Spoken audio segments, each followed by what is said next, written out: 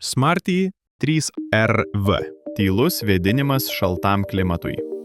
Greitas ir paprastas gidas, kaip sumontuoti Smarty 3RV.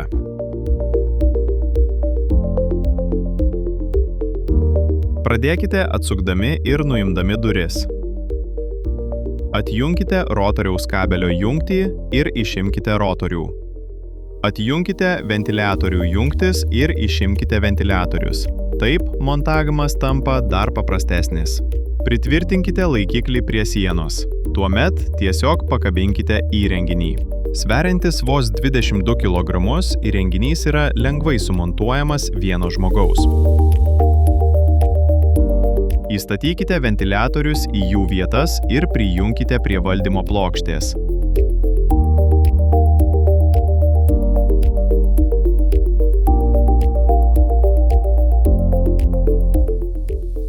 Taip pat įstatykite rotorių ir jį prijunkite.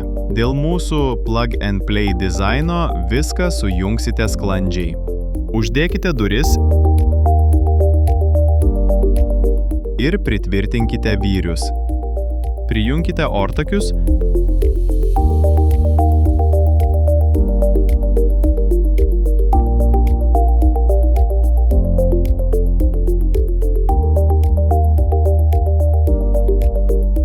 ir įmontuokite tiekiamo oro jutiklį tiekimo ortakyje. Prijunkite pultelį ir nustatykite reikiamus įrenginio parametrus. Papildomi priedai lengvai prijungiami per plug-and-play jungtis ant įrenginio viršaus.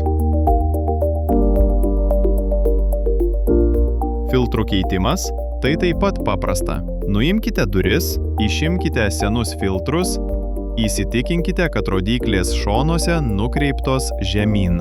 Įdėkite naujus filtrus, uždėkite duris ir prisukite vyrius.